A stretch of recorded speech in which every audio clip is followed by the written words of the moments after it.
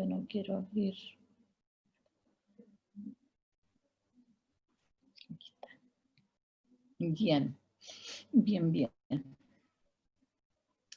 Entonces.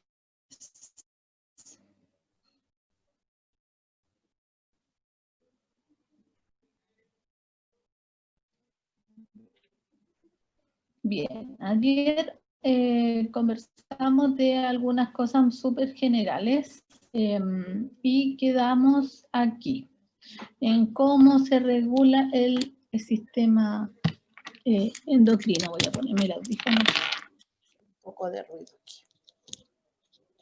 ¿Escuchan bien? Sí, se escucha bien. ¿Escuchan bien?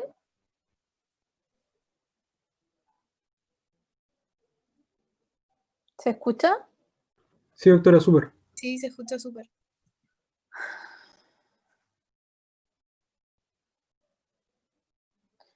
¿Escuchan ustedes? Sí, Creo que la doctora. profe no nos escucha a nosotros. ¿Usted nos escucha?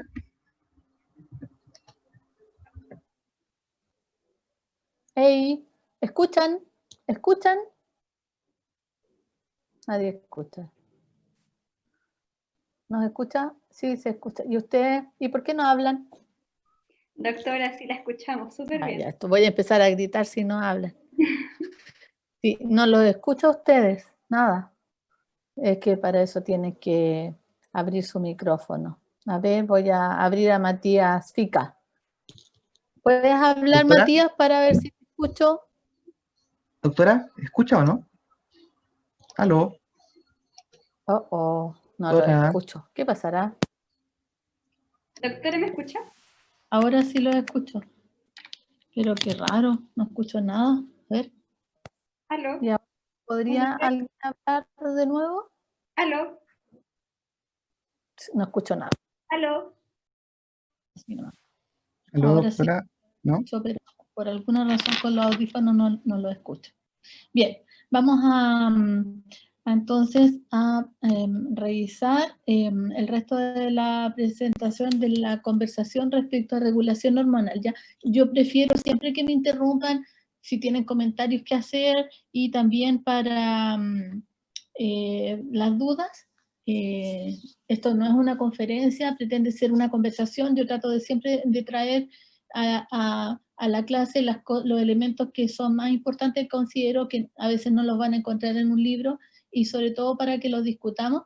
Si fuera una conferencia, mejor se las grabo, ¿bien? Así que por eso es que prefiero que me interrumpan y aunque nos demoremos un poquitito más, las cosas que lo más clara posible, ¿ya? Eso me interesa a mí súper harto. Bueno, la regulación hormonal. Convengamos en que todos nosotros tenemos un nivel de hormonas permanente.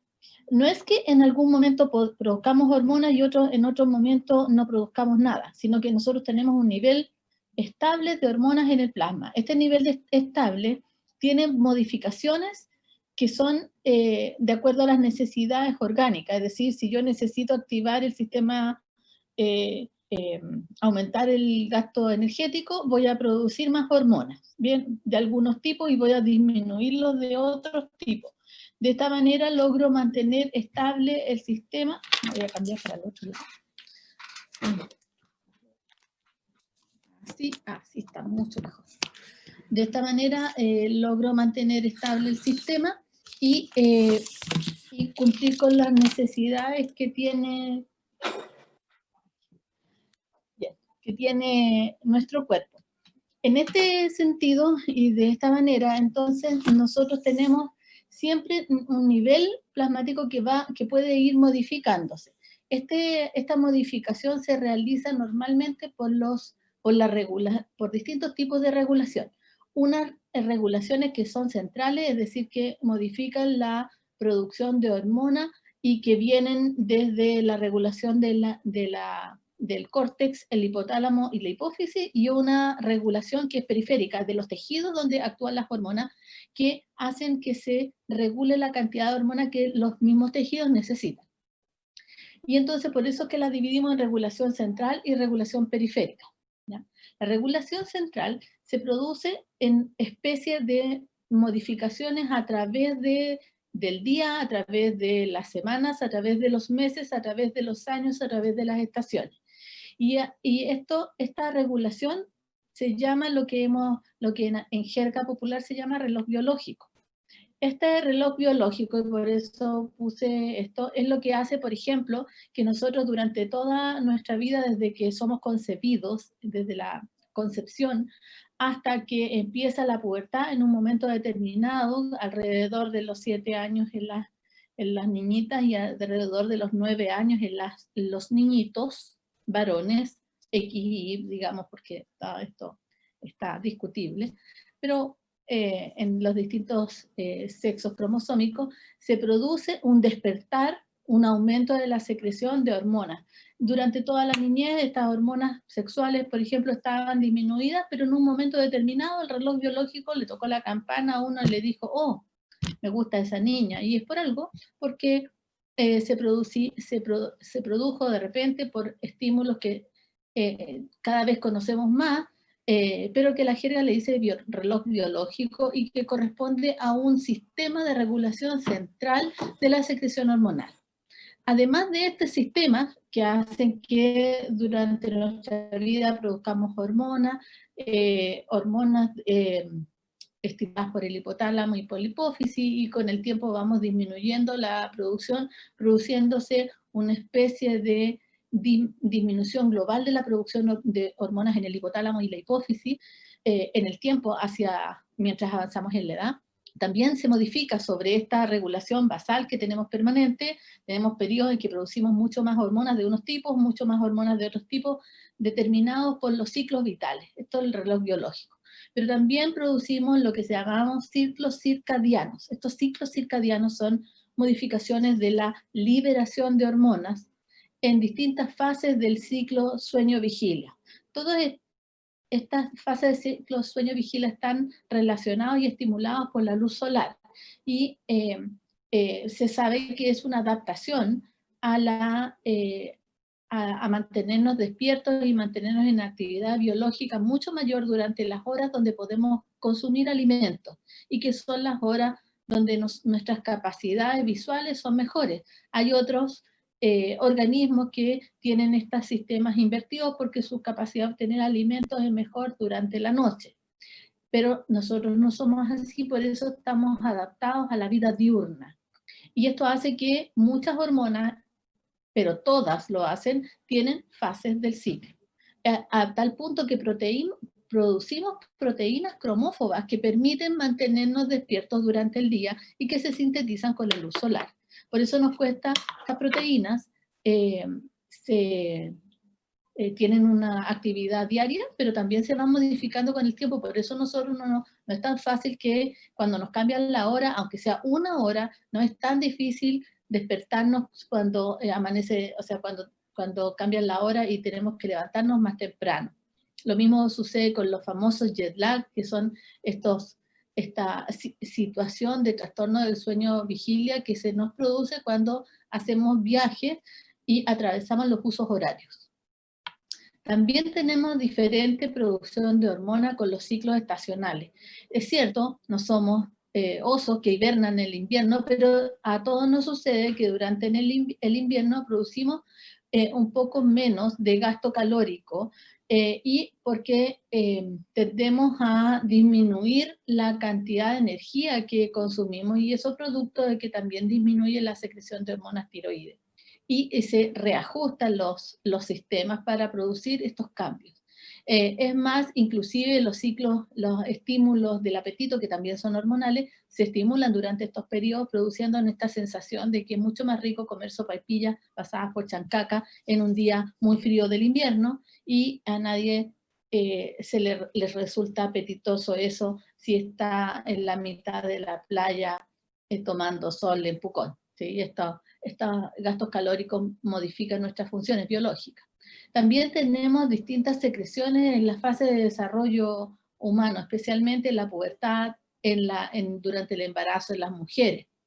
Pero también esto ocurre muy importantemente con los estímulos externos, por ejemplo, la luz y el calor solar.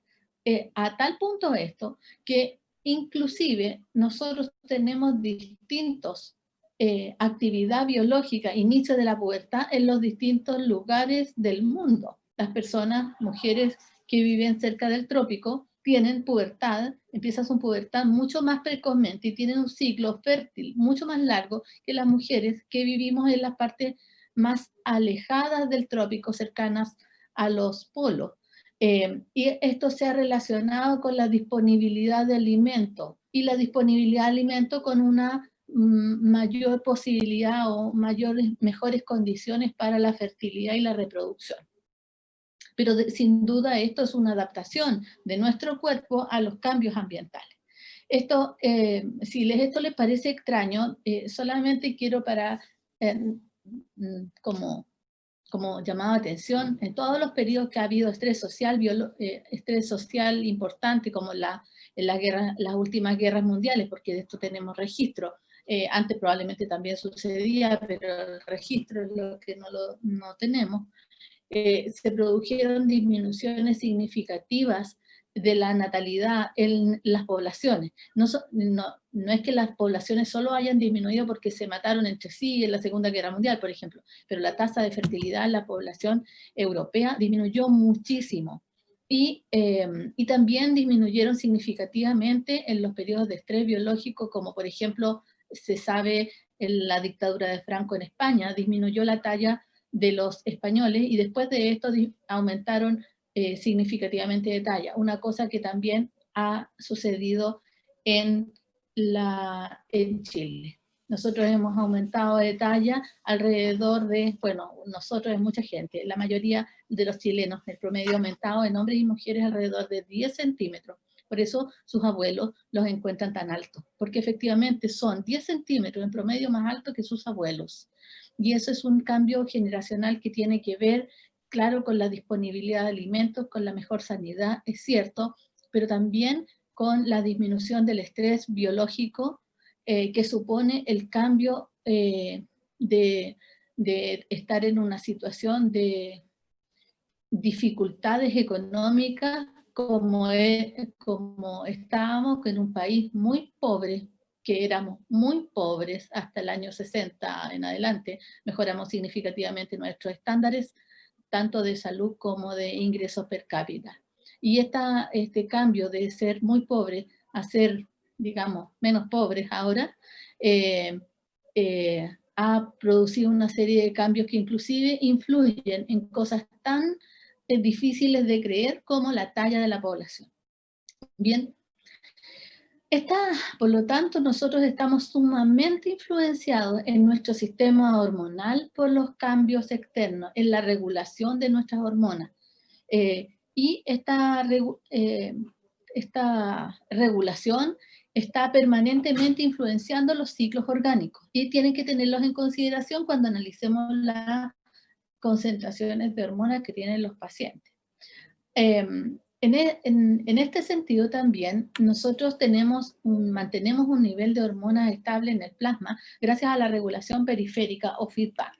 Esto es una cosa que ustedes han visto mucho, los feedback, porque es típico que a uno le preguntan esto en la PSU, así que va a ser fácil que lo recuerden. Para sobresimplificar esto, los feedback consisten en un sistema de retroalimentación que en la gran mayoría, por no decir todos, los feedbacks son negativos. Es decir, se regula la concentración de hormona en base al producto final que obtenemos. Y en la medida que se va logrando obtener este producto final, esta concentración de producto final o de efecto biológico va regulando la concentración que se produce. Un ejemplo vamos a ver un par de ejemplos de esto. En cambio, el feedback positivo significa la respuesta positiva al estímulo. El feedback positivo existe solamente en una condición que es la más conocida además en el humano y que es la ovulación. En el momento en que se produce la mayor concentración de estradiol en el plasma y supera los 200 picogramos por ml en el plasma, o sea, una concentración enorme de estrógeno, se produce la liberación del pic de LH, la liberación más importante de LH de todo el ciclo. Por lo tanto, el aumento de una hormona produce el aumento de otra. Es como el refuerzo positivo. El sistema de retroalimentación positiva es como el refuerzo positivo. En cambio, el sistema de retroalimentación negativa es como un refuerzo negativo, ¿sí? No, pero a pesar de que uno puede encontrar que el refuerzo negativo no es bueno psicológicamente, es lo que más usa nuestro sistema. ¿Y cómo funciona esto en un sistema de retroalimentación simplecito? Las paratiroides son cuatro glándulas que están ubicadas en la zona posterior de la tiroides, que no está aquí, por cierto, está aquí sobre el espacio supraesternal, aquí. Bien, estas paratiroides producen paratohormona, que es una hormona que estimula a los osteoblastos para producir una molécula que se llama RANK ligando, que se une al receptor del RANK en el osteoclasto. Estimulado por la unión del RANK ligando con el RANK, produce fosfatasas alcalinas, lo cual, activadas, claro, y lo cual produce reabsorción de la matriz inorgánica en el hueso y se libera calcio y fósforo al plasma. Este aumento del calcio en el plasma, también aumento del fósforo, va a producir que llegue a un nivel tal que se bloquea la producción de paratohormona. ¿Por qué? Porque la paratiroides tiene un receptor, que es un receptor sensor de calcio. Este receptor sensor de calcio se bloquea cuando está suficientemente saturado de calcio. Y eso produce dentro de la célula de la paratohormona, de las células claras de las paratiroides, perdón, que se bloquee la liberación de paratohormonas. Por lo tanto, tenemos un feedback negativo. En la medida que aumenta la concentración de calcio, se bloquea, que es el resultado final de lo que quiere la paratohormona, se bloquea la producción de calcio. De manera que este feedback, este equilibrio exquisito que hay, permite mantener los niveles de calcio en nuestro cuerpo permanentemente entre 8,5 miligramos por decilitro y 10,5 miligramos por decilitro, como lo vamos a ver con mucho más calma cuando veamos metabolismo del calcio-fósforo. Otros feedback que son un poco más complejos, y lo vamos a ver el viernes en detalle, son los feedback que ocurren entre los factores estimuladores e inhibidores de la liberación de IGF-1, y finalmente no es el IGF-1 que se libera en los tejidos, pero también en el hígado, el que produce el feedback negativo sobre la producción de GH, sino que es la concentración relativa de IGF-1 y la concentración relativa de hormona de crecimiento. Esto regula la producción de hormona de crecimiento. Y también la concentración final de IGF-1, regula la producción de IGF-1 y regula la producción de hormona de crecimiento y regula la liberación de factor estimulador de hormona de crecimiento y factor inhibidor de hormona de crecimiento, que es la somatostatina. Y claro, existen entonces sistemas de regulación de feedback que son mucho más complejos y tienden a complejizarlos poniéndole nombres exquisitos como feedback de asa larga, feedback de asa corta. La verdad es que eso no tiene una importancia muy grande. Lo importante es que ustedes recuerden que estos sistemas de regulación se regulan en varios niveles, y estos niveles pueden ser feedback que sean de regulación a la siguiente glándula o a la siguiente y anterior, como ocurre, por ejemplo, en esta hormona la hormona tiroidea regula tanto la producción de TSH en la hipófisis, como la producción de TRH en el hipotálamo, como la regulación de otros aminos y péptidos en la corteza cerebral. Es decir, un feedback, que es lo que uno aprendió al principio, puede regular a muchos niveles la liberación de distintas hormonas y también de los precursores de estas hormonas. Y hay muchos más y complejas interrelaciones que permiten que los niveles hormonales se mantengan estables en el cuerpo. La interacción es maravillosa, para no decir compleja. así que no se los voy a explicar con detalle, solamente para que vean las posibilidades que tenemos. Bien, lo habitual, lo más básico, es ejes hormonales, los feedback en los ejes hormonales se consideren de asa larga cuando está la hipófisis, el hipotálamo y la glándula blanco o la célula blanco. Se considera asa larga cuando esta célula blanco inhibe la producción de factor estimulador en el hipotálamo, saltándose el intermediario directo, que es su estimulador directo, que es la pituitaria, la hipófisis. En asa corta, cuando esta inhibe a la hipófisis. Y en asa ultra corta, cuando esta misma hipófisis que produce TSH se regula a sí misma por la misma concentración hormonal, ultra corta. Quiero decirle que estas denominaciones las van a ver en los libros, pero no son clínicamente tan importantes. Lo importante es que ustedes recuerden que estas existen y cómo se regula, con qué se regula. Y es lo que vamos a ver más adelante. Feedback. Entonces, nuestros sistemas hormonales tienen concentraciones estables en el plasma. Estas concentraciones estables en el plasma se mantienen en los niveles plasmáticos y de la regulación periférica que se hace en virtud de los feedback. Pero también se produce regulación de la liberación de hormonas con las señales autocrinas, paracrinas, que en realidad no son endocrinas propiamente tal, pero regulan la producción hormonal. Y también existe otro tipo de regulación de las hormonas. Esta vez no es una regulación de las concentraciones plasmáticas, sino que es una regulación de la acción de la hormona. Esta regulación de la hormona se puede hacer por un mecanismo que tienen las células blanco para aumentar o disminuir la expresión de la hormona cuando actúa sobre su receptor. Y esto tiene que ver con la up y down regulation. Esta regulación en alta o baja tiene que ver con la sobreexpresión de los receptores para la hormona. Cuando la célula o nuestro sistema orgánico requiere aumentar la respuesta biológica a un estímulo como la hormona, naturalmente tiene un mecanismo donde aumenta la expresión de los receptores para esta hormona. Este aumento de la expresión está mediado hormonalmente también y es una respuesta génica a la disminución de la acción.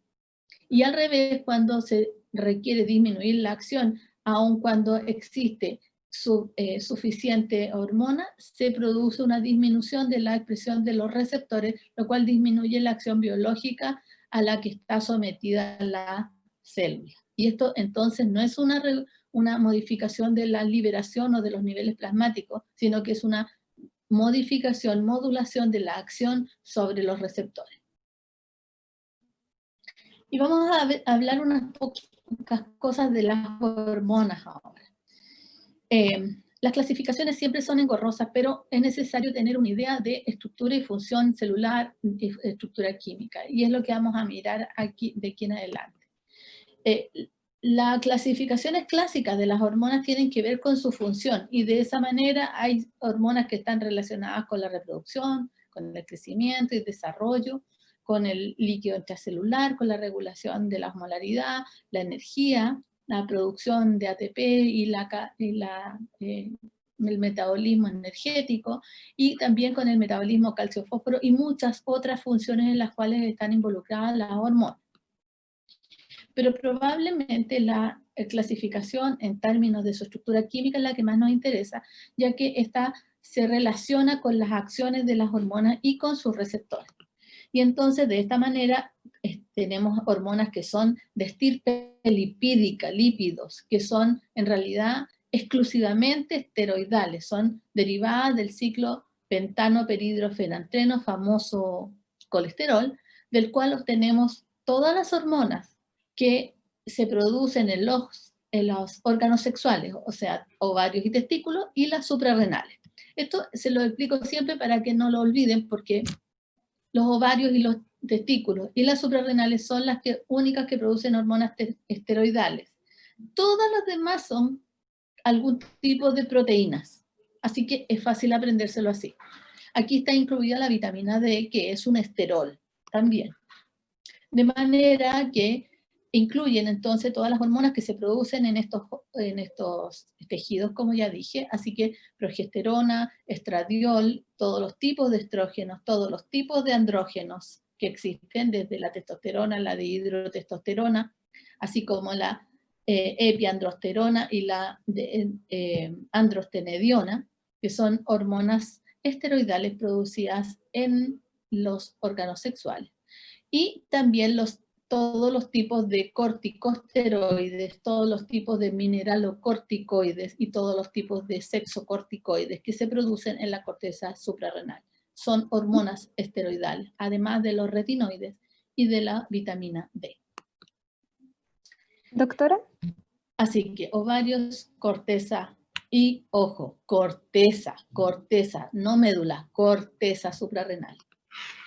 Y también existen hormonas peptídicas, todas ellas, la gran mayoría son glucoproteínas, de las cuales hay que destacar todas las que se producen en la hipófisis, las mediadores neurohormonales del hipotálamo y también las hormonas que se producen en la corteza suprarrenal. Perdón, alguien levantó la mano y me distraje, que se producen en el látex pancreático. ¿Alguien levantó la mano?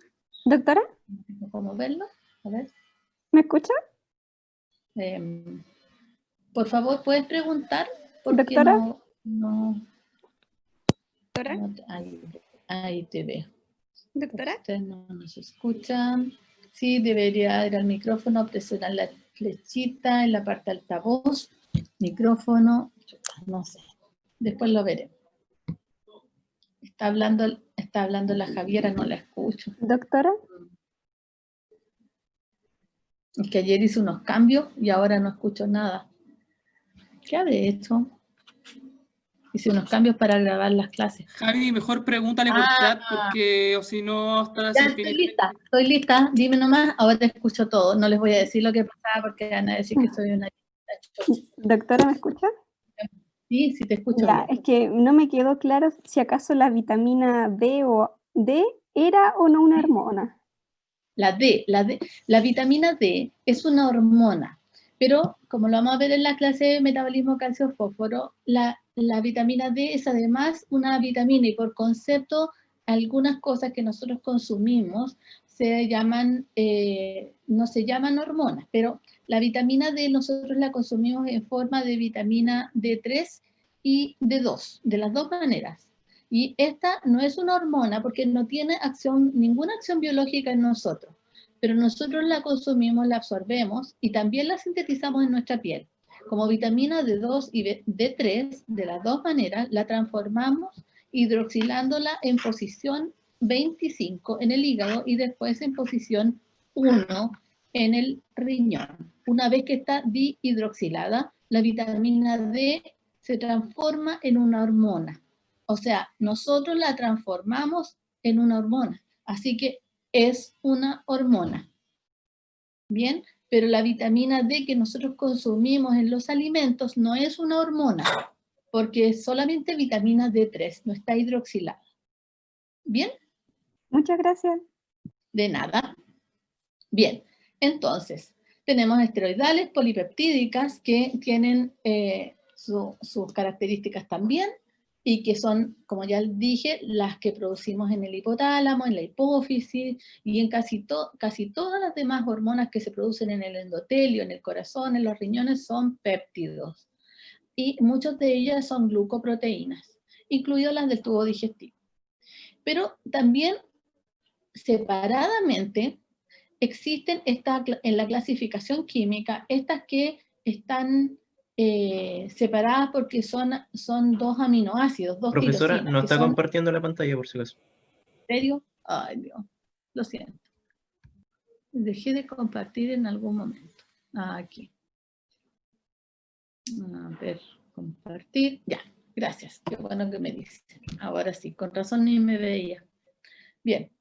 Entonces, las derivadas de aminoácidos son hormonas que en realidad son de estirpe proteica, porque son un par de aminoácidos, pero a diferencia de las peptídicas, estas hormonas, que son básicamente las hormonas tiroideas, la T4 y la T3, que son dos péptidos, y las aminas biógenas, que son adrenalina y noradrenalina, son tan pequeñas que atraviesan las membranas celulares. Entonces, a diferencia de los péptidos grandes, que son glicoproteínas, no tienen receptores en la superficie celular. Entonces, por eso las clasifican en forma separada, pero son de estirpe proteica. Y también hay otro grupo que son derivados de fosfolípidos, que también pueden funcionar como hormonas, que son los eicosanoides. Los eicosanoides son derivados de los fosfolípidos de membrana y son las prostaglandinas, leucotrienos y prostaciclina. Estas moléculas eicosanoides son súper importantes en la inflamación y en la respuesta inmune, como lo van a ver más adelante cuando veamos estas áreas en el curso. Pero funcionan como hormonas también cuando son liberadas al plasma, de manera de que otra vez volvemos a la disyuntiva o característica que la hormona no se llama hormona por la característica biológica, química que tenga, sino porque esta molécula circula en el plasma.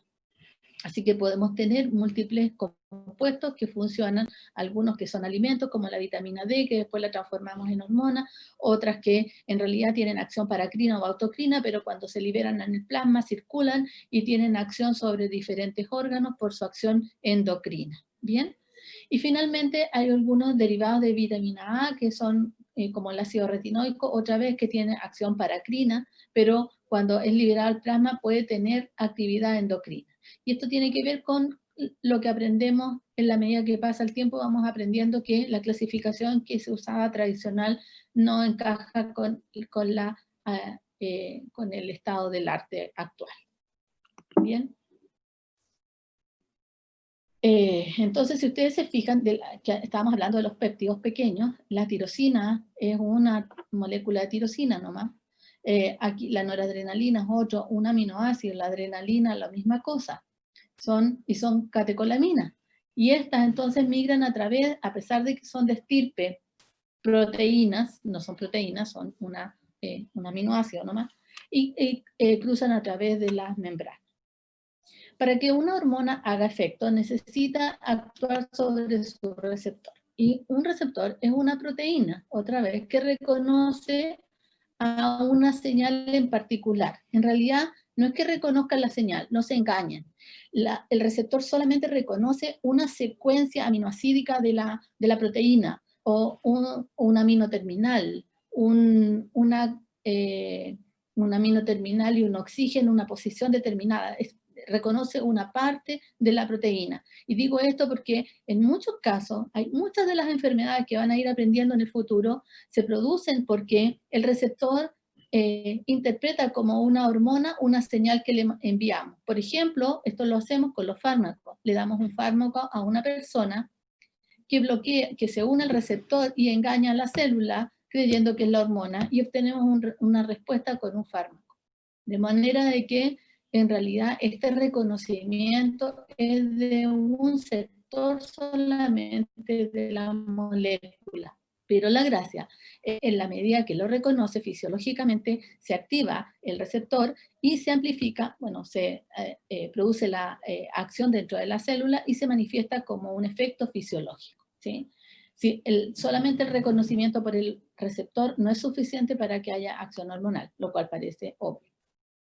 Los receptores pueden ser de membrana o receptores intracelulares, y los intracelulares pueden ser intranucleares o intracitoplasmáticos.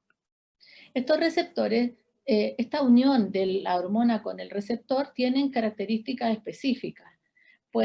Son en general altamente específicos, tanto en la célula como en la estructura de la hormona. También tienen alta afinidad.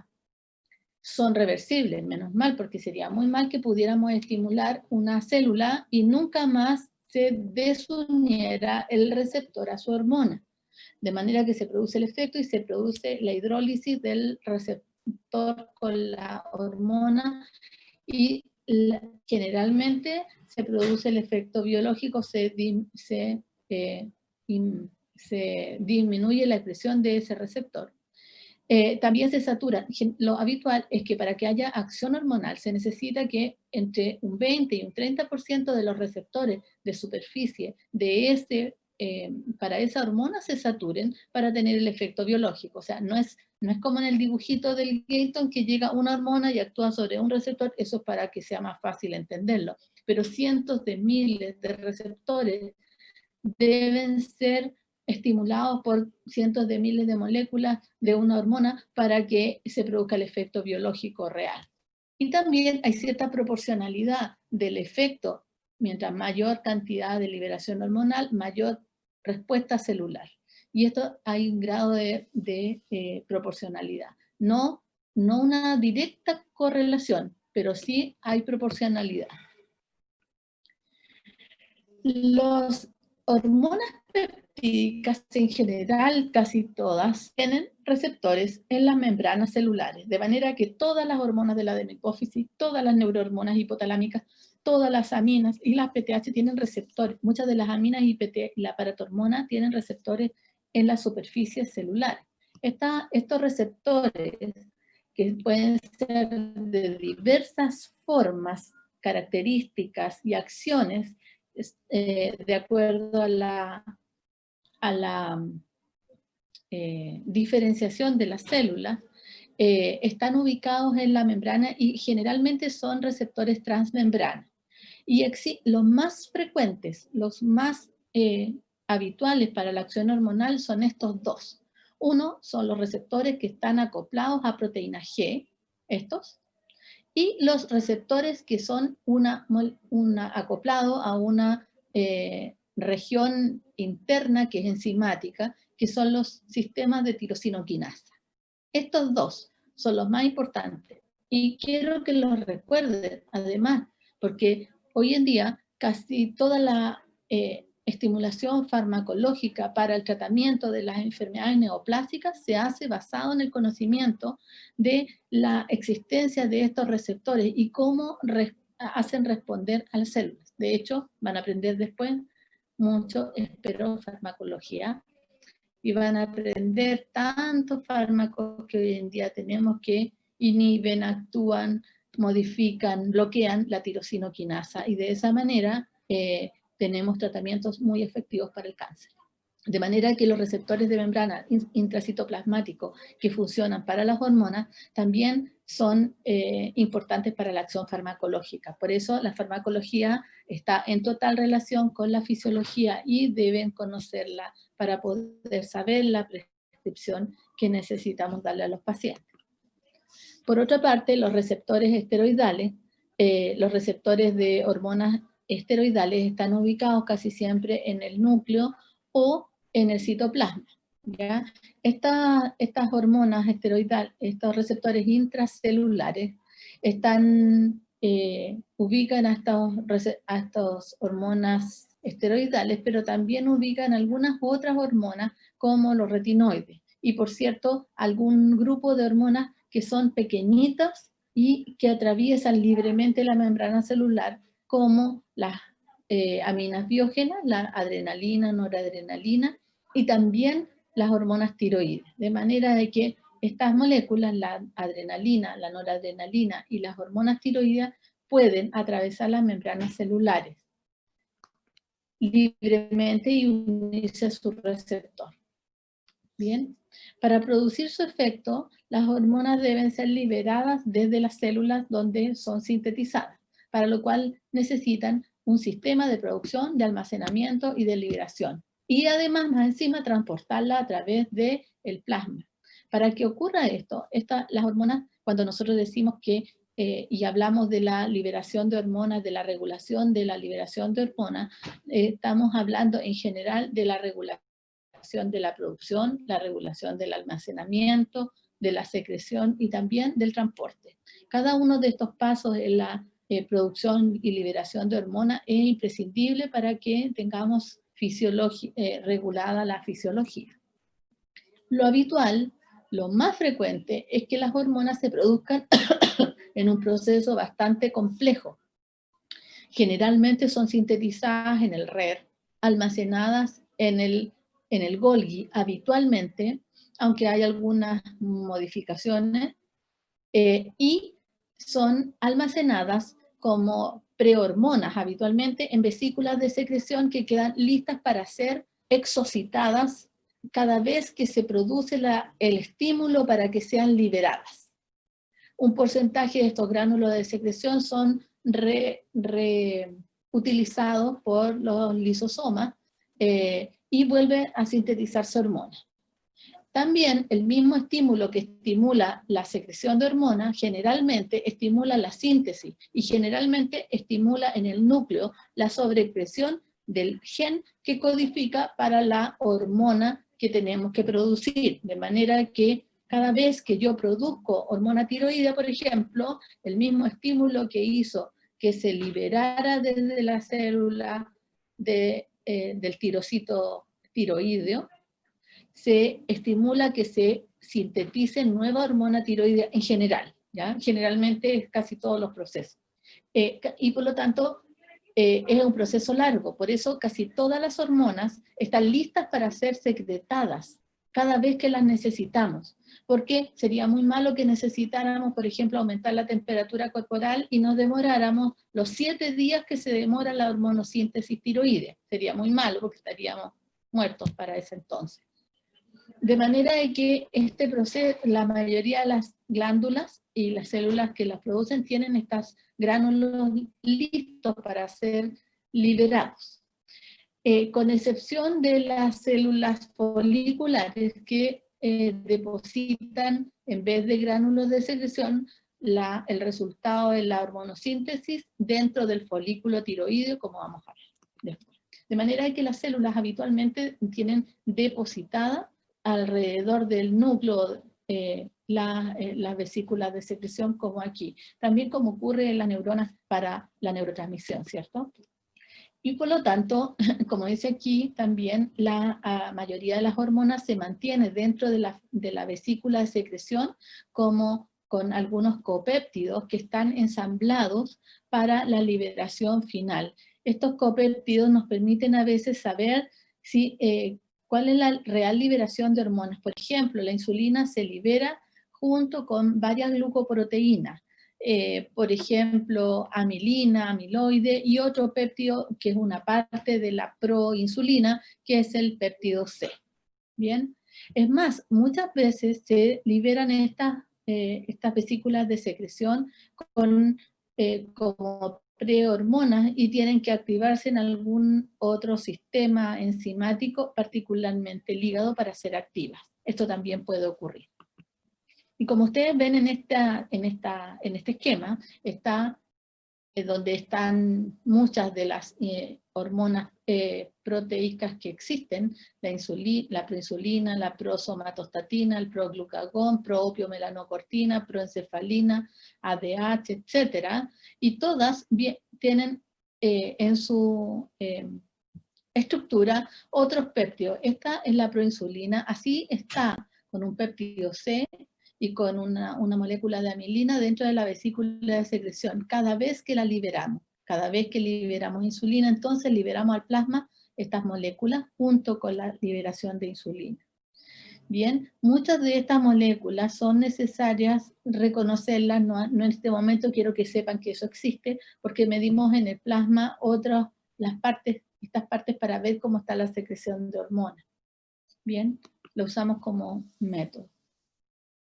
Para que una hormona se secrete, propiamente tal, necesita ser estimulada la célula glandular, la glándula propiamente tal, para estimular que se secrete. Y eso ocurre en un sistema que es bastante complejo. Y cada hormona tiene su propio sistema de secreción. Y por ejemplo, la célula beta es la célula que produce insulina. Lo vamos a ver también con detalle y yo quiero que solamente analicen la situación que ocurre para que la célula beta produzca insulina. La insulina es una hormona anabólica. estimula que se acumulen los nutrientes en las células de depósito. Por lo tanto, se secreta cada vez que nosotros comemos. Y la célula beta secreta insulina en virtud de la concentración de glucosa del plasma. Por lo tanto, está una célula beta, el aumento de la cantidad de ATP dentro de la célula beta que se produjo porque hay más glucosa, porque recién comí, va a producir una serie de cambios dentro de la célula beta. Va a activar las bombas de sodio-potasio que van a producir que se produzca un desequilibrio hidroelectrolítico a través de la membrana, que es normal, pero con esa misma lógica va a bloquear, cuando haya mucho ATP, va a bloquear el canal de potasio, que al revés de los cristianos, de la mayoría de las otras células, debe abrirse para dejar y permitir que el flujo de potasio se normalice. Como la célula beta hace eso, cierra el canal de potasio, la célula beta queda despolarizada, muy, muy despolarizada cada vez que aumenta el ATP, es decir, cada vez que comí. Y eso hace que se produzca la apertura espontánea de los canales calcio-voltaje dependiente.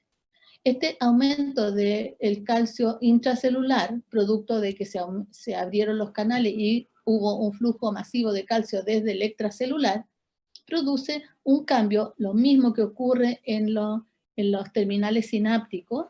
El aumento del calcio intracelular produce una modificación del citoesqueleto de manera de que los gránulos preformados de insulina se exocitan al interior. Por lo tanto, la complejidad con la cual cada célula responde al estímulo para liberar la hormona es muy importante y es muy compleja. Y esta complejidad está relacionada con los efectos biológicos que tenemos. Sí, pásame. Con los efectos biológicos que tenemos de las hormonas. En este otro tenemos una hormona lipofílica, como los corticoides, el cortisol, que difunde libre a través de la membrana de lipoproteínas de la célula y se une a su receptor en el citoplasma. La unión receptor-hormona, por ejemplo, aldosterona, por ejemplo, cortisol, migra a través del núcleo, por los poros del núcleo, para unir aceptor en el DNA. El efecto biológico, a diferencia de las hormonas peptídicas, que es predominantemente citoplasmático, el efecto biológico de las hormonas esteroidales es casi exclusivamente expresión génica, y expresión génica para la producción de proteínas. Es decir, en respuesta a las hormonas esteroidales se producen generalmente otras proteínas que van a constituir la respuesta final de la célula. Esta gota lipídica. Entonces las hormonas peptídicas actúan sobre un receptor que habitualmente está en la membrana, mediados habitualmente por tirosinoquinasa o proteína G, acoplados o no a adenilciclasa, y tiene la característica de que una pequeña concentración de hormonas puede producir una gran señal, ya que se activan segundos mensajeros. Y estos segundos mensajeros pueden activar dentro de la célula una enorme cascada de respuesta intracelular. Bien, esto son solamente ejemplos de acción hormonal sobre proteína G, que lejos es el receptor más frecuentemente utilizado. Esta es una acción hormonal de la leptina, que es una hormona producida en el tejido adiposo, que activa que también tiene un receptor que es tirosinoquinasa y activa las proteínas HAT y STAT, que parece que las conocen muy bien de biología celular, y que actúa produciendo cambios en el citoplasma, pero también quiero decirle que muchas de estas hormonas, aunque sean peptídicas y actúen sobre un receptor de membrana, tienen acción sobre algunas otras proteínas de la membrana que son segundos mensajeros para la activación también génica. Es decir, cada vez que la leptina actúa sobre su receptor, produce una respuesta biológica pero también estimula la sobreexpresión de más receptores para leptina, de manera de tener preparada la célula para un segundo estímulo. Y esto de la amplificación de la señal es probablemente uno de los efectos más importantes. Una pequeña concentración hormonal, ya que se producen en pequeñas concentraciones, puede producir respuestas muy variables en un organismo, pero también una respuesta muy grande con distintos efectos dentro de una misma célula. Esto es lo que llamamos amplificación de la señal. Bien, voy a pasar de esto porque ya lo vimos. Son repeticiones de cosas. Bien, y yo también sé que ustedes revisaron con el profesor Herrera los mecanismos por los cuales las hormonas producen los efectos intracelulares. Las hormonas peptídicas que tienen receptores de membrana tienen 3 mecanismos por los cuales producen efectos intracelulares. Estos 3 mecanismos son los siguientes. Bueno, ustedes ya lo saben, pero solamente se los voy a mencionar para que no los olvidemos y los tengamos presentes a la hora de conversar. Uno es el mecanismo vía adenilciclasa, proteína G acoplado a adenilciclasa. Este mecanismo permite la amplificación de la señal y es característico de la acción biológica sobre el receptor de las hormonas de las glucoproteínas, FSH, LH, ACTH, de la adrenalina, que no es glucoproteína, de la antidiurética, quiero que recuerden eso, y del glucagón. Este efecto es súper potente. El glucagón tiene un efecto de este tipo. Bien, hay algunas otras que usan este mismo sistema, que son muchísimas más, pero lo que quiero que recuerden es que este sistema existe. Bien, y el segundo sistema, el sistema fosfolipasa C vía fosfatidina-inositol. Este mecanismo que existe también está acoplado a proteína G. Y este mecanismo lo que hace es aumentar la expresión de calcio intracelular. Bien, este sistema de vía fosfatidil-inositol o inositol trifosfato, es característico de la acción de adrenalina también. Voy a mirar acá. Bien. Y lo que hace es aumentar y producir una respuesta celular que está mediada por el aumento del calcio intracelular. Bien. Y entonces, vía este sistema, o fosfolipasa C o fosfatidina-inositol, angiotensina 2 en el músculo lisovascular, las catecolaminas, algunas moléculas que son proteínas que se liberan en el hipotálamo, oxitocina y vasopresina también tiene este efecto.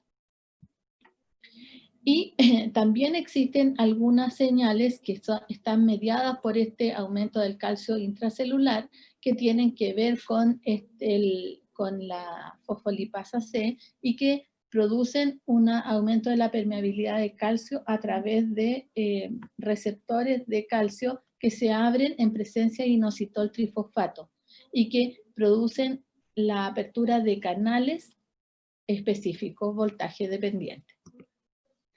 Y finalmente, la otra forma de expresión es la producción de leucotrienos y prostaglandinas vía la fosfolipasa. La fosfolipasa A2, que es esta, es una enzima que es capaz de transformar los fosfolípidos de membrana hasta ácido araquidónico. Y el ácido araquidónico funciona como un segundo mensajero, cambiando su estructura con 2 enzimas. Una es la lipoxigenasa y otra es la ciclooxigenasa, de la cual existe la ciclooxigenasa tipo 1 o COX-1 y la ciclooxigenasa tipo 2 o COX-2. Estas 2 hormonas, estas 3 hormonas, la lipoxigenasa, la COX-1 y la COX-2, producen a partir del ácido araquidónico y por estímulos hormonales la producción e induce la producción de prostaglandinas, tromboxanos y leucotrienos, que son mediadores inflamatorios, que liberados al plasma pueden actuar como hormonas también, y producen cambios como por ejemplo el cambio del set point de la temperatura corporal, y son los responsables de muchos de los procesos inflamatorios en nuestro cuerpo. Y esto es por acción hormonal también. Está animada. Bien, y para finalizar, me demoré más de lo que yo pensaba, hay una lista aquí que no pretendo que se aprendan, de enfermedades ligadas a mutaciones conocidas de la proteína G, que dicen relación, como ustedes pueden ver, a ACTH, GNRH, con muchas de las hormonas conocidas y que producen enfermedades graves que son familiares con herencias bien variables. Y que tienen que ver con una respuesta anormal a la acción de la enfermedad. En endocrinología nosotros estudiamos mucho a los pacientes desde el punto de vista genético. Se conocen mucho las mutaciones que producen las enfermedades, de manera de que probablemente van a haber mucho más que en otras especialidades analizado de este punto de vista. Bien. ¿Preguntas hasta aquí? Porque les voy a hacer una pregunta yo.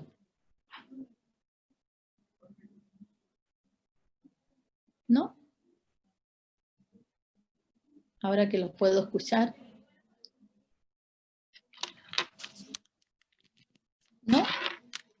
Ya, lo que contarles son las 2 para las 4. ¿Tienen clase después de esta hora? No, doctora. ¿Aló? ¿Tienen ¿Doctora? clase después de esta ¿Aló? clase? ¿Doctora? ¿No? Doctora. Sí, ¿están despiertos? Sí, no, no, sí. ¿Aló? ¿Doctora? Ahora he vuelto a que no las escucho. ¿Aló? Sí, ahora te escucho. ¿Doctora? Maravilloso. ¿Sí? No tenemos clase. No tienen clase. Ya, quiero preguntarles si se quedan media hora, porque si no, se pueden quedar. Voy a grabar esta clase y se la voy a subir ahora en la tarde.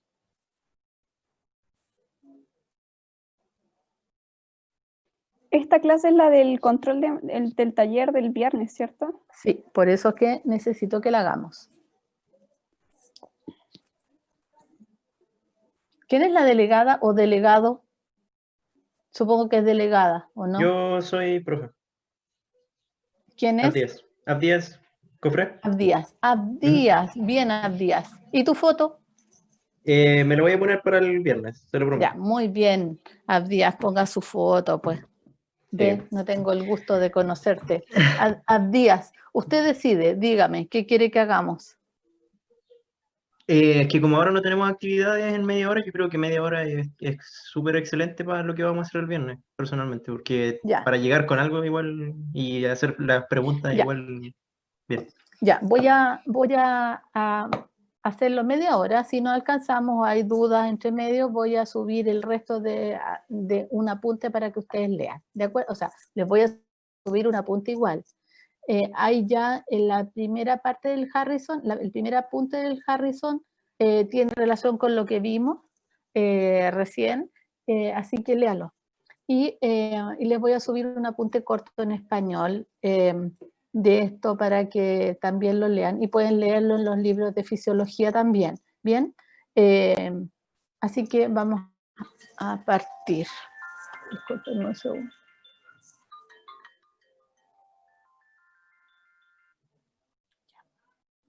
Bien, entonces, bueno, vamos a revisar esto, algunos elementos de anatomía y fisiología y de neurohipófisis. Bien, ustedes ya hicieron neuroanatomía, así que deben estar duchos en esto, ¿o no? Sí, lo tuvimos el semestre pasado. Excelente. Bien, entonces, bueno, este es un corte, ¿cómo se llama este corte? Sagital. Sagital. Este es un corte sagital de encéfalo, y donde se pueden ver algunas estructuras que están relacionadas con la endocrinología. Uno, y lejos el más importante, es esto, el córtex. El córtex cerebral está relacionado íntimamente con el sistema endocrino, ya que regula las funciones que integran las funciones que provienen de los sentidos y que se integran además en el hipotálamo, que es este sector lateral al tercer ventrículo. El hipotálamo se ubica en una gran cantidad de centros de regulación de funciones básicas, neurológicas y endocrinas, que se relacionan física y funcionalmente con la hipófisis. Entonces, del punto de vista anatómico, tenemos el tercer ventrículo, cuarto ventrículo, cuerpo calloso, tálamo, ¿cierto? Mesencéfalo, puente, y en este sector los tubérculos mamilares, el quiasma óptico, el ínfulo, tercer ventrículo, el tallo de la hipófisis, la adenohipófisis, la neurohipófisis o hipófisis inferior. La hipófisis está ubicada en una silla formada por el hueso esfenoides y que rodea completamente la hipófisis, dejando libre el tallo hipofisiario. A pesar de que esto es bastante obvio, esto nos produce muchos problemas, porque la hipófisis está ubicada en un lugar que no se ve, ¿sí? Está en este hueso que no se moviliza, está sujetando un tejido, ¿sí? Imagínense que cuando sucede que uno va caminando, el cerebro se mueve y el hueso no se mueve a la misma, con la misma velocidad. Y si frenamos fuerte, el cerebro, ¿sí? Y la hipófisis va a quedar en la misma. Entonces, este tallo hipofisiario está sujeto a mucha facilidad a traumas. Esto es un problema, ¿ve? El hecho de que dentro de una cavidad que es inextensible, el cerebro con esta característica, digo gelatinoso porque es bastante más blando que el resto de los tejidos, esté dentro de esta cavidad y esté sujeto a las fuerzas de gravedad. Esto hace que el tallo hipofisiario sea un de fuentes traumas, especialmente, y recuerden esta sección, a traumas por cizallamiento, esto que significa que un tejido se desplaza con otro, y esto ocurre, por ejemplo, cuando vamos manejando y chocamos y la cabeza va, claro, uno queda ahí, cuello, pero adentro, piensen, lo pasa cuando hacemos esto, o cuando el papá agarra y le dice, ¡cállate! ¿Sí? ¿Recuerdan eso? Esos traumas de los niños, que no son traumas emocionales, sino que son hemorragias cerebrales que se producen, es por esto. Nuestros tejidos son sensibles. Y es cierto que el cuerpo humano aguanta harta cosa, pero no tanto. Bien, entonces, esta posición de la hipófisis dentro del tejido cerebral en general tiene una lógica fisiológica y anatómica, y es el estar en íntima relación anatómica y funcional. La hipófisis es una doble glándula, está relacionada, digamos, evoluciona a partir del desarrollo embrionario desde el ectoderma, que corresponde a y también al derma del estomodeo, de la boca embrionaria. Durante el desarrollo embrionario se produjo la trilaminar, la notorda, se produjo la modificación del encéfalo y el desarrollo del proencéfalo en la parte anterior del embrión produce en el que llamamos esto, se produce engrosamiento de este ectoderma dentro de la boca. Este engrosamiento del ectoderma va a producir una invaginación. Esta invaginación está estimulada por moléculas con citoquinas generadas por una invaginación del linfundíbulo, que es la zona del más antiguo cerebro, y este va a producir unas moléculas. Profesora, ¿aló? Engrosamiento de ectoderma en el estómago, sí. Profe, es que ¿Sí? hay muchos compañeros, yo incluido, que estamos escuchando como súper ¿Mal? cortado, sí, se escucha como muy cortado el audio y A estamos más o ver, menos perdidos. se Tiene que ser por la perdieron. Sí, porque es que se escucha cortado el audio, se escucha como con mala calidad. Entonces, Voy a mirar aquí si es que es por esto. Doctora, Sí, señorita, dígame nomás. Estoy tratando Ya, de ver si mi conexión, es puedo que mejorar la conexión. aprovechando nomás. que estamos como en pausa, ¿está grabando la ¿Sí? clase? Es que no me ¿Perdón? aparece. ¿Está grabando la clase? Esta no la estoy grabando. Ah, ok, ya, gracias.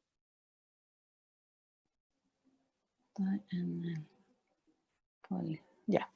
Ya. Entonces, ¿ahora me escuchan mejor? sí, ahora se escucha mejor, pero quizás, bueno, yo le voy a avisar si se empieza a escuchar mal de nuevo. Avísame entonces. Entonces, bueno, tampoco sé hasta qué altura han llegado. Me parece que en embriología no han hecho nada, ¿cierto? Hemos tenido 2 clases de embriología hasta ahora, pero cosas muy como por Muy encimita nomás, básica. ¿no? Ya, entonces, bueno, mira, el sistema nervioso, el sistema nervioso se desarrolla a partir del ectoderma, igual que la piel y el tubo digestivo. Bien, a partir del origen embriológico del cerebro, que se desarrolla a partir del sector más anterior del tubo neural, el mismo tubo neural produce unas citoquinas que estimulan que esta parte del embrión se invagine, o sea, se produce como una entrada de tejido que es estimulado por el infundíbulo del mismo cerebro anterior, por decirlo de alguna manera. Este cerebro anterior entonces estimula que una parte de la boca del embrión se diferencie en una especie de saquito que se va atravesando el tejido hasta ubicarse al frente de este infundíbulo que proviene del sistema nervioso central del embrión. Estamos hablando de las primeras semanas, 60 días, 2 meses, 8 semanas de vida. Las primeras 8, es decir, cuando la señora o señorita se dio cuenta que estaba embarazada, 4 semanas después ya hay hipófisis. Esta bolsita que se produce, que proviene de la boca del embrión, se llama bolsa de Rathke y se junta con el infundíbulo que estimuló que la bolsa de Rathke se formara, que proviene del cerebro. Y se juntan para constituir estas dos cosas, el infundíbulo del cerebro con la bolsa de Rathke, la hipófisis. Por eso la hipófisis posterior corresponde a esta parte del cerebro que es el infundíbulo que va a formar en el futuro el tercer ventrículo. Y la parte anterior está constituida por la bolsa de Rathke y se aplasta y se pega al infundíbulo. Después de esto, en el curso de las semanas, el tejido mesenquimático original que rodea estos dos tejidos se va a transformar primero en cartílago y después en hueso, dejando esta estructura rodeada de tejido óseo, que es lo que en el niño y adulto llamamos silla turca. ¿Bien? Entonces, explico esto porque la hipófisis está formada por 2 orígenes embriológicos distintos. Las dos provenientes del ectoderma, ¿sí? pero uno proviene del sistema nervioso central. Y de hecho, solamente la neurohipófisis es un grupo de axones neuronales cuyos somas están en el hipotálamo, de donde partió originalmente, y los axones están aquí atrás en la neurohipófisis. Y la adenohipófisis o hipófisis anterior proviene de la boca, del estomodeo, que original. Y esta estructura produce hormonas propiamente tal. La neurohipófisis no produce hormonas, es solamente un tejido neural. De esta manera, entonces, el lumen de la bolsa de Rathke original se aplasta y queda solamente reducida a una placa fibrosa habitualmente. Hay algunos casos donde pueden haber quistes, se forma un poquito de líquido ahí, pero no es lo normal. Bien. La hipófisis está estructurada entonces en un sector que es el infundíbulo, acá esto como este cono que proviene del tercer ventrículo. Por delante está el quiasma óptico, donde vienen los nervios ópticos y se entrecruzan y decruzan las fibras para seguir por los lados de la hipófisis hacia el occipital, ¿cierto? Por las cintillas ópticas hasta los tubérculos mamilares y de ahí al occipital. Por detrás hacia los tubérculos mamilares, ¿cierto?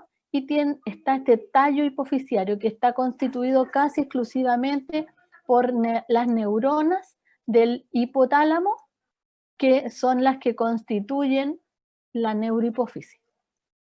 Y la adenohipófisis por delante, que proviene de la bolsa de Rathke y que es la que produce la mayoría de las hormonas que regulan en forma de ejes las funciones endocrinas, las clásicas por lo menos. Como la hipófisis tiene un origen embriológico distinto, la neurohipófisis de la adenohipófisis, también tiene un sistema de drenaje y de aporte de oxígeno independiente. La adenohipófisis tiene una rama, es irrigada por una rama de la arteria carótida interna, que como recordarán va por el seno cavernoso de cada lado. Y estoy hablando de que la hipófisis tiene un lóbulo derecho y un lóbulo izquierdo. Cada lóbulo es irrigado por una rama de la carótida propia.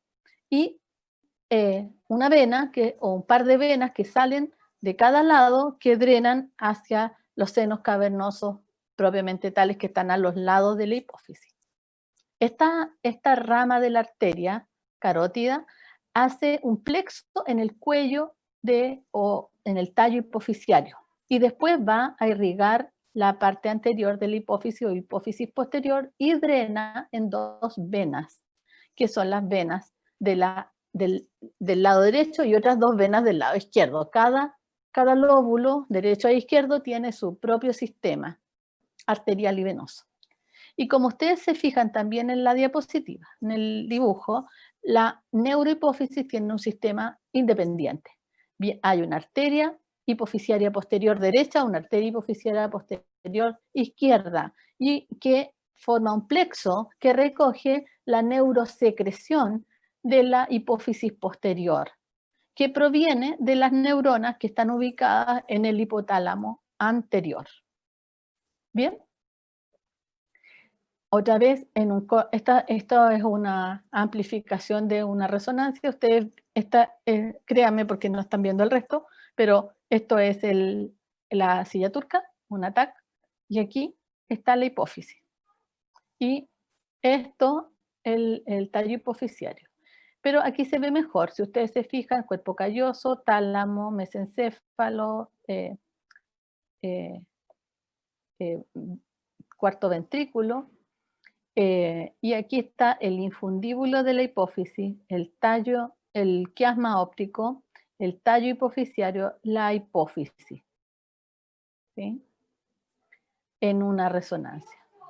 En un corte coronal, la hipófisis otra vez, aquí al medio, el quiasma óptico aquí por delante de la hipófisis, estoy mirándolo hacia adelante, los nervios ópticos, los senos esfenoidales, ¿sí?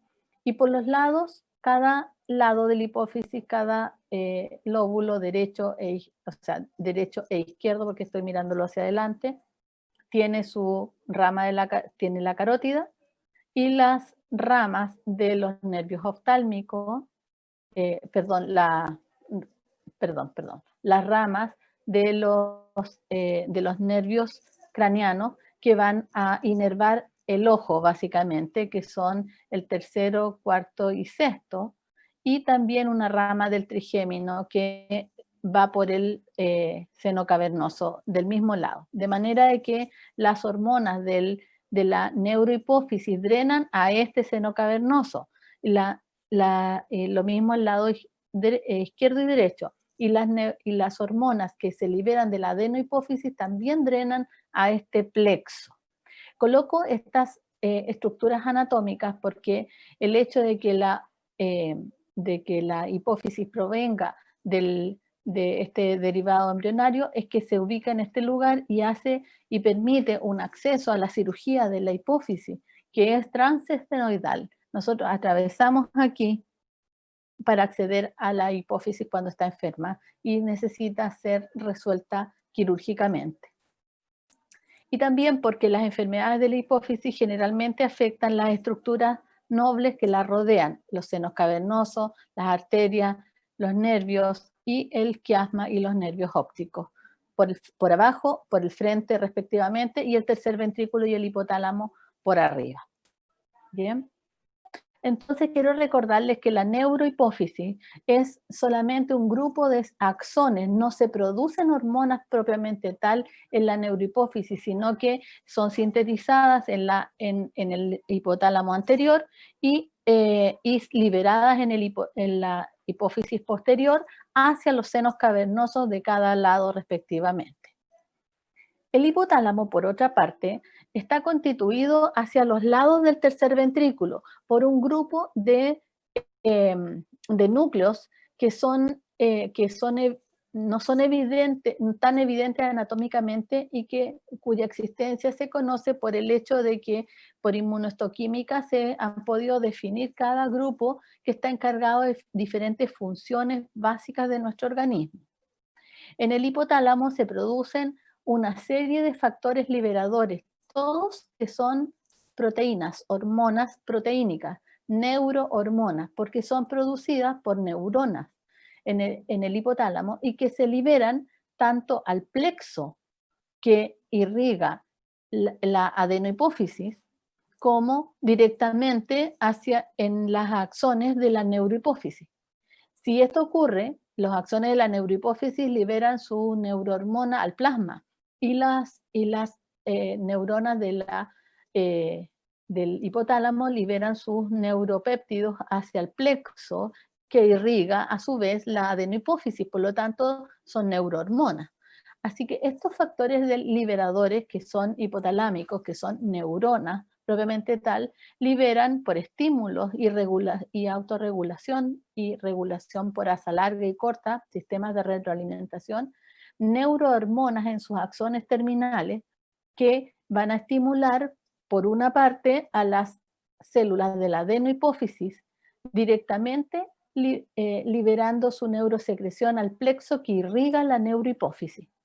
Y en la adenohipófisis. Y en la neurohipófisis, estas neuronas van a liberar directamente al plexo de la neurohipófisis sus derivados. En este caso, esta neurona libera ADH. Y esta ADH es liberada en la neurohipófisis al plexo que drena hacia el seno cavernoso del mismo lado. Estos mediadores en el hipotálamo van a producir liberación de neurohormonas con pulsos, con ciclos circadianos y con los mismos sistemas de liberación que habíamos hablado que determinan la regulación central de las hormonas.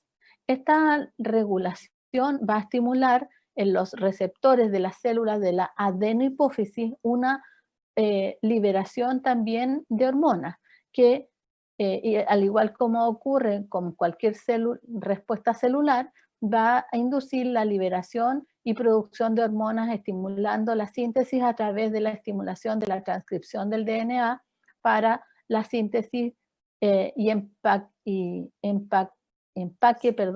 de las hormonas que una vez estimuladas van a ser liberadas por exocitosis, como por ejemplo con el TRH producido en el hipotálamo, que estimula en los receptores de las células que producen TSH o células tirotropas de la adenohipófisis, para que en respuesta al TRH la célula tirotropa produzca, libere y exocite TSH, hormona estimulante de la tiroides. De esta manera, entonces, el hipotálamo, que está aquí, va a regular las funciones orgánicas básicas y hormonales que regulan todo el sistema hormonal a través de la estimulación y regulación de la liberación de hormonas en la hipófisis posterior y de la liberación de hormonas en la hipófisis anterior. Esto mediante la producción y liberación de neurohormonas que van a modificar la tasa metabólica, que van a regular el estrés, el crecimiento, la reproducción, la lactancia y varios otros sistemas. Y también en la hipófisis posterior regulando el balance de agua, la ingesta de líquidos, la osmolaridad, el volumen urinario, etcétera, en la hipófisis posterior. Estos sistemas regulados a su vez por la temperatura, la regulación de la energía y del hambre, el sistema de regulación autonómico de la presión arterial, la frecuencia cardíaca, el gasto cardíaco, etc. Y todos estos regulados a su vez por el sistema reticular ascendente, la regulación talámica, el sistema límbico, todos los sistemas ópticos y de señales externas que regulan el metabolismo general, y todos ellos a su vez regulados por la corteza cerebral. De esta manera vamos a tener circuitos donde se integran las señales externas en reflejos simples, como por ejemplo que hace frío y disminuyó la temperatura y se estimularon los receptores de frío, que estimularon a su vez la señal que llegó hasta el núcleo de la temperatura en el hipotálamo. El núcleo de la temperatura en el hipotálamo estimuló la producción estimuló a la neurona que está en el núcleo de la temperatura, que es la que produce TRH, que es el factor estimulador de la TSH, que es una neurohormona, que va a liberar un péptido, que es el TRH, en respuesta a la disminución de la temperatura. Este TRH, que es una neurohormona, se va a liberar al plasma en el plexo que irriga la adenohipófisis. Esta TRH va a actuar sobre un receptor en la célula de la adenohipófisis que produce TSH en respuesta a esto, que es la célula tirotropa, que es la célula blanco del TRH. Esta célula tirotropa de la adenohipófisis en respuesta al TRH va a producir TSH también como respuesta biológica y la va a liberar hacia la vena que drena hacia el seno cavernoso. Esta TSH, se me perdió, va a ser liberada al sistema general, al plasma, y va a circular en el plasma hasta unirse a su receptor específico que está en las células tirotropas de la tiroides, y en las células, foliculares de la tiroides, y en la célula folicular, en respuesta a la TSH, la célula folicular va a liberar hormona tiroidea que finalmente va a ir hasta los tejidos a modificar el set point de temperatura, aumentar el gasto calórico, producir más ATP, quemar más proteínas y producir más energía y calor, con lo cual nos vamos por fin a calentar nuestro cuerpo y se va a cerrar el ciclo con el feedback negativo. Estos sistemas integrados son los que permiten regular completamente los sistemas orgánicos. Estos sistemas permiten inclusive regular el hambre y la saciedad, y como ustedes pueden ver aquí, en la estos son 2 ratones que nacieron de la misma camada, pero este que es más gordito tiene una mutación, se le bloqueó la expresión de un gen que se llama OB, que se creía que era el gen de la obesidad, y que regula la producción de leptina. En los humanos, este gen también produce leptina, también regula la producción de leptina. La leptina es una hormona que se produce en el tejido graso y que en los humanos regula y disminuye y modifica el centro de saciedad en el hipotálamo. Aquí la leptina, por ejemplo, produce un efecto en el hipotálamo propiamente tal para la regulación y produce la estimulación de varios neuropéptidos que son los que son capaces de regular la saciedad y el apetito. De esa manera, mientras más grasa yo tengo, más leptina voy a producir. Y mientras más leptina produzco, más bloqueo la producción, el hambre en el hipotálamo. Y de esa manera tengo en realidad un ponderostato, un regulador del peso corporal. Es decir, nosotros regulamos nuestro peso de acuerdo a la cantidad de grasa que tenemos, ya que una cantidad de grasa es necesaria para mantener la salud funcional de nuestro organismo. Nosotros mantenemos gran parte de nuestras funciones orgánicas a partir del tejido graso. Aparte de estas relaciones que hay entre la regulación interna y externa, el hipotálamo regula en varios centros en el sistema la temperatura corporal, en particular en los núcleos preópticos, la temperatura, la frecuencia cardíaca, la presión arterial y también el control vesical en términos de su actividad con el sistema nervioso autónomo simpático y parasimpático. En los núcleos paraventriculares se secreta hormona antidiurética y oxitocina. En realidad ahí se produce, ahí están los somas de las neuronas cuyos axones atraviesan el hipotálamo y llegan hasta la hipófisis posterior en este sector. Pero también hay otro sector que es el supraóptico, inmediatamente ahí arriba, donde también hay neuronas magnocelulares que se llaman, que son las que sintetizan ADH, y estas están cerquita del centro osmorreceptor, con el cual se permite la regulación del agua corporal. En los núcleos ventromediales también se regula la saciedad. Estos núcleos ventromediales están demostrados en los humanos también, y a pesar de que parece bastante teórico que a uno le enseñen esto y que generalmente le muestran estos dibujos y fotografías, algunas del Netter, donde por mecanismos bastante reñidos con la ética en animales se le eliminaron estos centros a gatos, produciendo ingentes cambios de conducta alimentaria, ¿cierto? Y uno piensa que en realidad estos son modelos experimentales nomás. Muchas personas que no es que hayan sido sometidos a experimentos, sino que tienen enfermedades en el hipotálamo, tumores que han producido una gran destrucción del hipotálamo, o han tenido accidentes con destrucción del hipotálamo, o cirugías por tumores que han requerido una extirpación significativa de tejido hipotalámico, o infartos también, hacen una enfermedad que llamamos síndromes hipotalámicos, que se caracterizan dependiendo de dónde esté el daño principal por cambios en la conducta alimentaria muy importantes.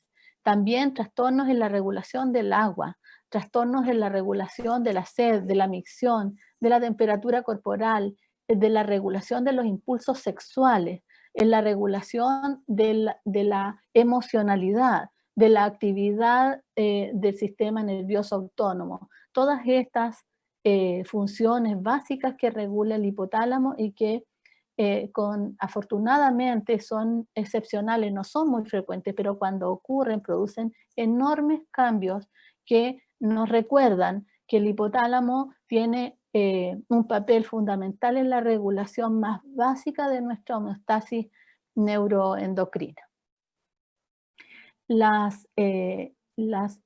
En en el hipotálamo se producen una serie de neurohormonas que son producidos para regular la función de la hipófisis, básicamente.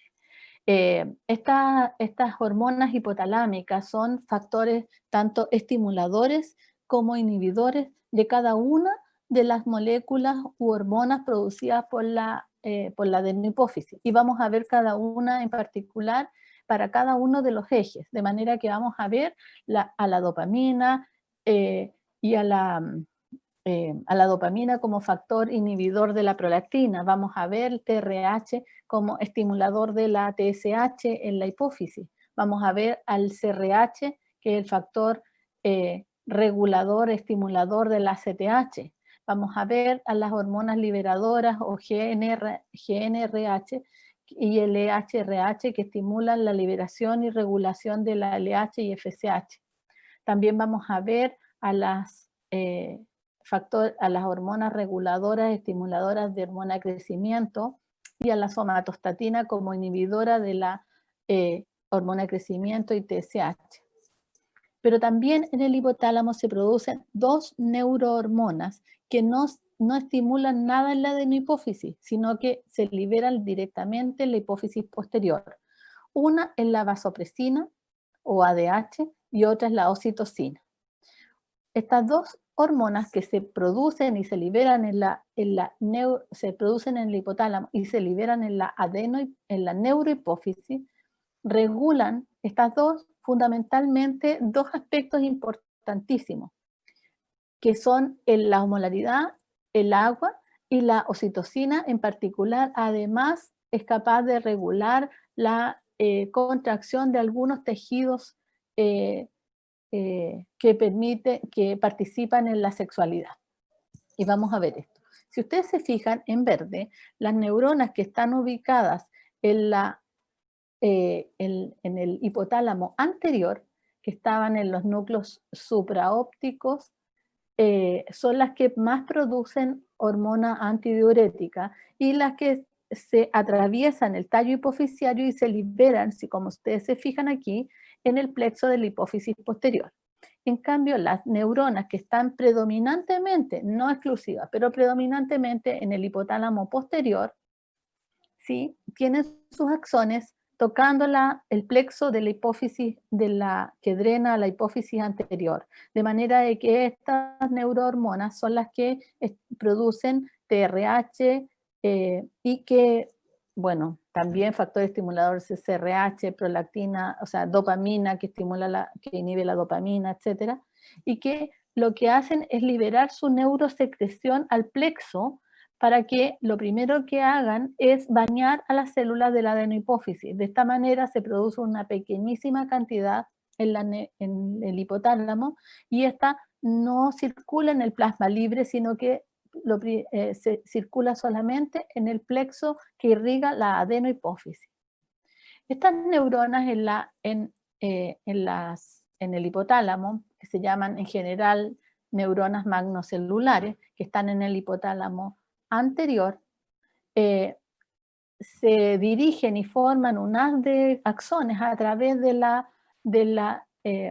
tallo hipofisiario y pueden, por lo tanto, sufrir traumatismos cuando pasan a través del tallo por estos fenómenos de cizallamiento que les mencioné antes.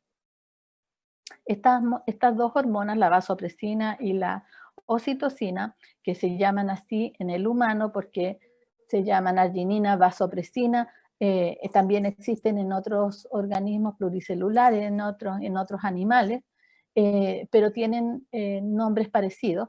Se llama en particular ADH, hormona antidiurética, la forma de expresión de hormona de vasopresina en el humano. En el humano se llama ADH, no vasopresina. Y la vasopresina es el nombre genérico de esta hormona. Es común para todos los animales. La vasopresina y ADH para el humano es muy similar a la oxitocina. Si ustedes se fijan, son moléculas bastante parecidas, se diferencian en un par de aminoácidos y sería lo que son diferentes. El resto es exactamente igual. Estas, a pesar de ser tan parecidas, tienen acciones diferentes. Las dos son estimuladas por estímulos neurológicos, pero también por las modificaciones del volumen circulante efectivo, cosa que vieron para la regulación del agua en el semestre anterior. Y son potentemente estimuladas ambas con las modificaciones de la osmolaridad plasmática. Bien, estas dos moléculas, la oxitocina y la vasopresina o ADH en el humano, son también prehormonas, como habíamos hablado antes en la clase anterior, y provienen de una molécula bastante grande que es la neurofisina. Esta neurofisina, de esta deriva un glucopéptido, la neurofisina, el glucopéptido y la hormona. Aquí está la hormona que es la oxitocina y vasopresina y oxitocina. El resto de moléculas también tienen acción biológica. De hecho, la neurofisina también tiene acción biológica que no vamos a tocar en este minuto, pero muchas de estas moléculas estimuladas para su liberación se liberan juntas en el plasma. Y esto es lo que secreta la neurona cada vez que se modifica la osmolaridad plasmática.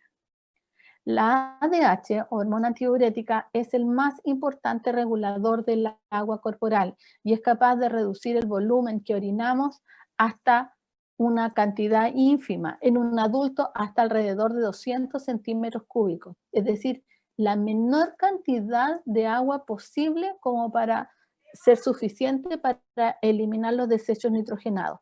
En una disminución del volumen circulante efectivo significativa, más del 10 a 15%, la liberación de ADH acompaña la respuesta sistémica a la aldosterona y a la vasoconstricción sistémica. Pero el principal factor que estimula la liberación de ADH es el aumento de la osmolaridad. Y como la osmolaridad está relacionada con el aumento, con las modificaciones de las concentraciones de sodio, potasio, cloro, nitrógeno ureico y glucosa, las modificaciones de cualquiera de estas moléculas osmóticamente activas van a producir grandes cambios de la osmolaridad y secundariamente grandes cambios de la secreción de ADH. ¿Qué es lo que hace la ADH?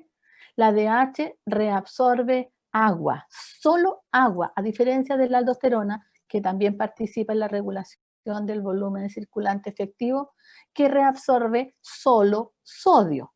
La ADH agua, la aldosterona sodio. Nada que ver una con la otra. Así que cuando me ponen en la prueba que la ADH, que la aldosterona reabsorbe sodio y agua, les pongo que malo, porque no reabsorbe sodio y agua, reabsorbe sodio. La ADH no reabsorbe sodio y agua, reabsorbe agua.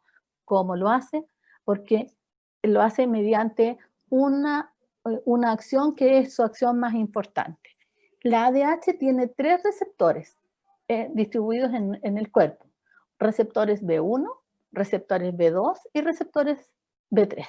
Los receptores B2 están ubicados en la membrana vasolateral del nefrón, del túbulo contorneado distal. Es decir, cuando ya casi se acabó el nefrón, cuando ya no nos queda oportunidad de reabsorber nada más, viene la ADH y agarra el agua que queda en el nefrón y la reabsorbe.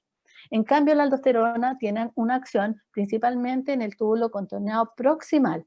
Así que esta es la ADH, es la que rescata el agua que nos queda.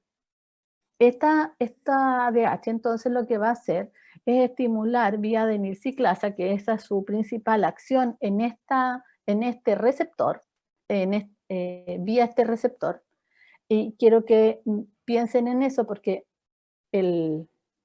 la ADH en distintos tejidos actúa mediante distintos receptores que tienen distintas formas de activarse. De hecho, el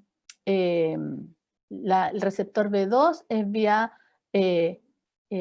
receptor acoplado a proteína G, pero los B1, que los vamos a ver enseguida, es vía fosfolipasa C.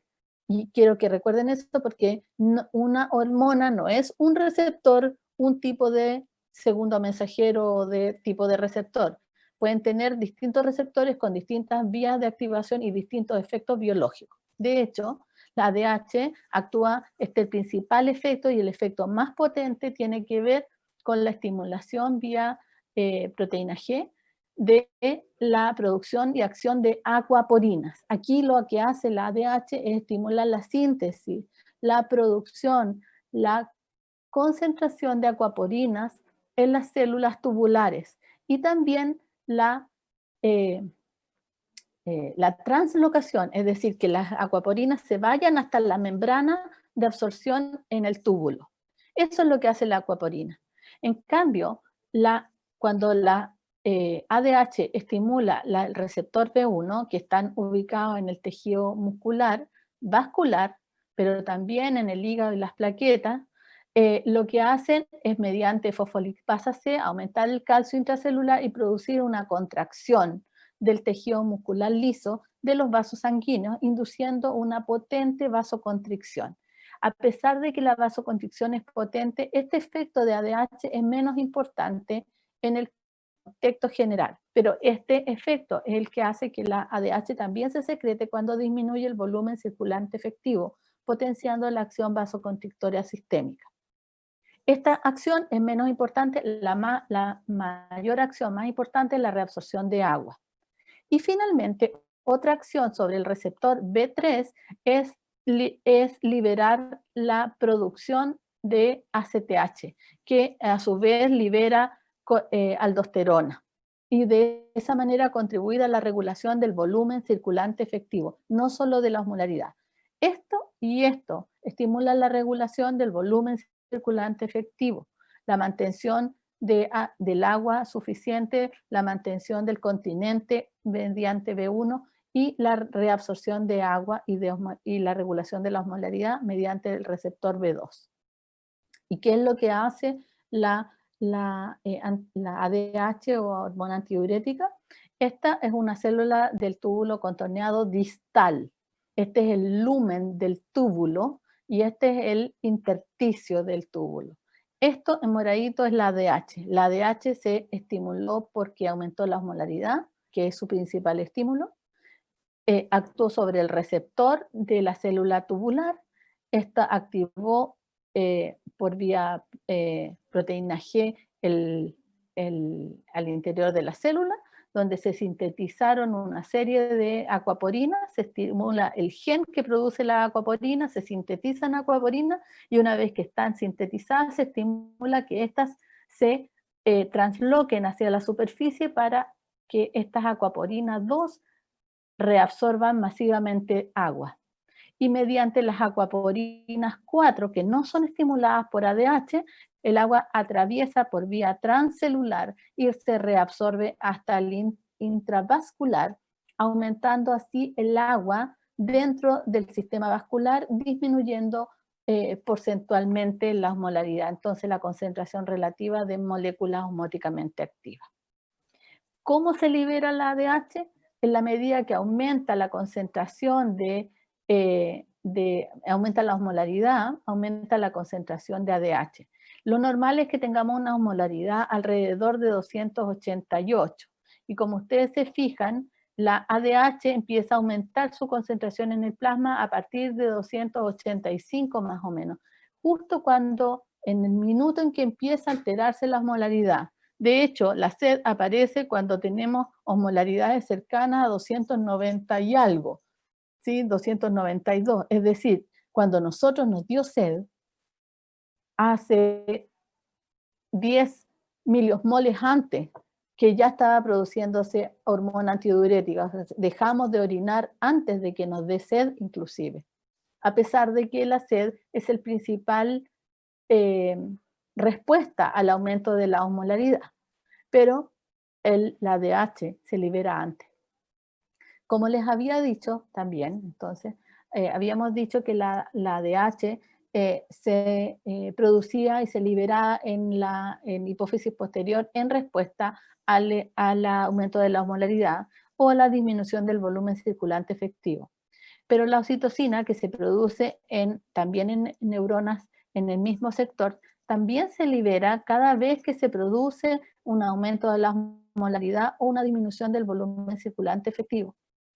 y también se libera la oxitocina por estímulos neuronales, a diferencia de la vasopresina. La oxitocina se libera cada vez que se produce estimulación táctil del tórax, especialmente con la estimulación del pezón, que es el sector de nuestro cuerpo que tiene más conexión neurológica con los centros liberadores de oxitocina. ¿Y por qué se produce esto?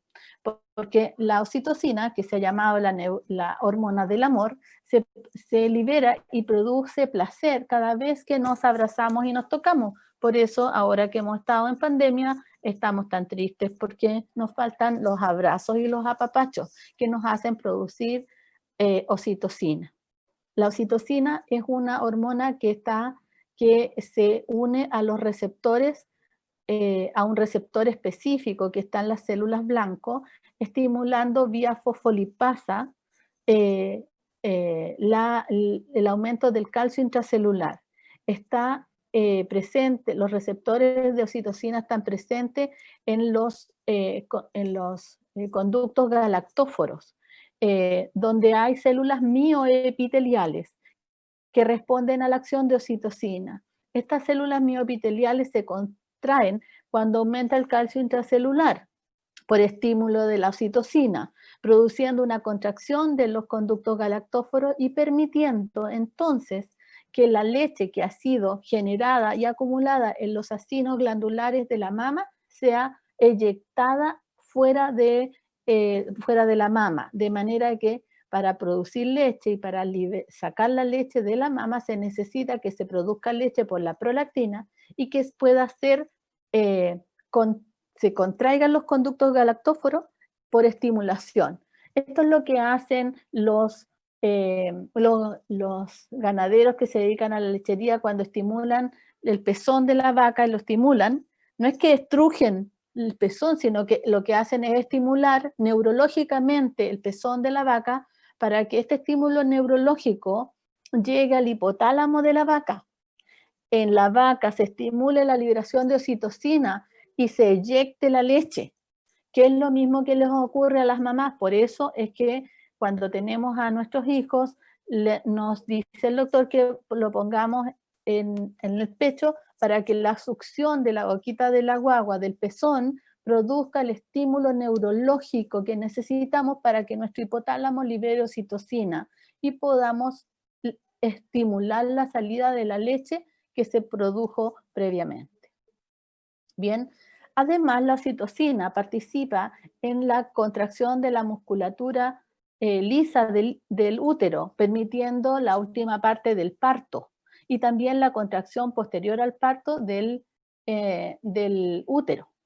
Y también participa durante el acto sexual, contrayendo las células mioepiteliales que rodean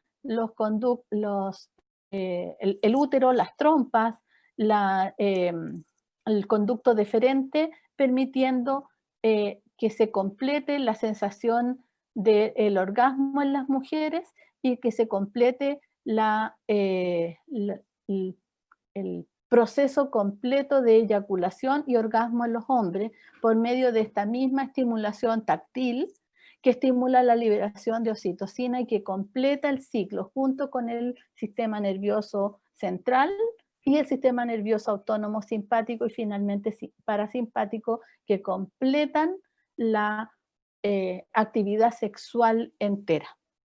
Es por esta razón que esta hormona que todos producimos, hombres y mujeres, y que tiene funciones orgánicas múltiples, se relaciona también con el placer, ya que existen conexiones de esta relación, de esta conexión neurohumoral del estímulo táctil para la liberación de oxitocina con el sistema límbico y con la liberación de endorfinas, lo cual integra la sensación de amor y apego que tenemos con nuestros hijos, especialmente al momento del nacimiento, cuando estamos inundadas de oxitocina.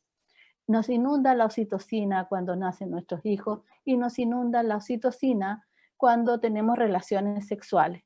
Es es lo que produce el apego, y que